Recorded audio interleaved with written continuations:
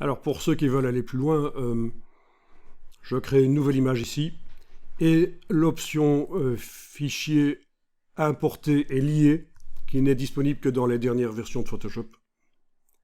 Mais c'est comme quand vous importez une image dans InDesign. Si l'image sur les disques durs, vous la modifiez, ça va se répercuter dans InDesign. C'est ça forcément le lien. Ça veut dire qu'en permanence, le logiciel, quand on travaillera sur le document ici, le document blanc que j'ai créé, il va regarder, tiens, les fichiers qui sont utilisés dans le document, est-ce qu'il leur arrive quelque chose? Et si oui, je vais proposer la mise à jour. Donc je montre juste là importer et lier.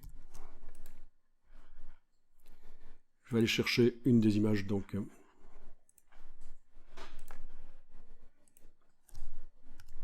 Ok, celle-là.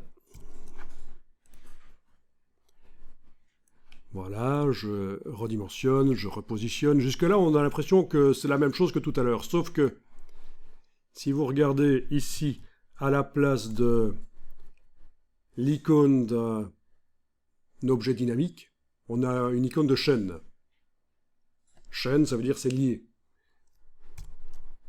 Ok? Donc si j'enregistre le document ici, je vais l'appeler sans titre 2, puisque j'avais déjà enregistré le 1. Voilà, sans titre 2. Ok. En principe, s'il me prend l'envie d'aller ouvrir le PSD utilisé par le document sans titre 2 et d'aller le modifier, en principe, quand je vais ouvrir sans titre 2, il devrait le repérer qu'il y a eu une modification. On va voir.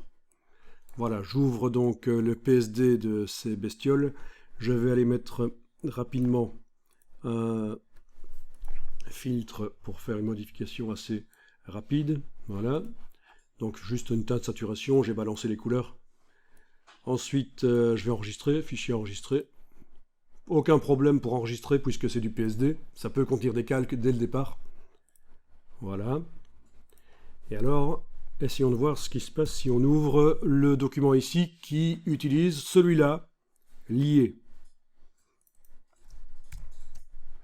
Alors oui, il y a une petite icône qui dit là que le document, le fichier sur disque dur a été modifié. Voilà.